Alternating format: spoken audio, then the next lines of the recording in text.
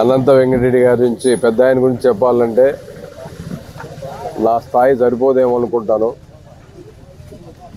అనంత వెంకటరెడ్డి గారు తన రాజకీయ జీవితంలో ఎప్పుడూ తన స్వార్థం కోసం ఏనాడు ఆలోచన చేసిన పరిస్థితి లేదు.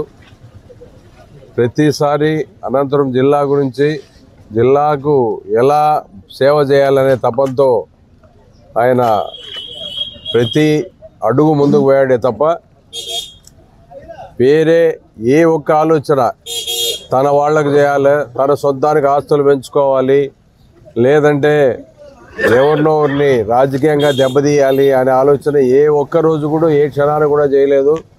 అలాంటి మంచి మనిషి అడుగుజాడల్లో అందరూ నడచాల్సిన అవసరం ఉంది. ఈరోజు జిల్లాకు ఇంత పెద్ద ఎత్తున హంద్రీనివా వచ్చిందంటే దానికి కేవలం అనంత వెంకటరెడ్డి గారి కృషి అని కూడా మనం ఇక్కడ స్మరించుకోవాల్సిన అవసరం ఉంది.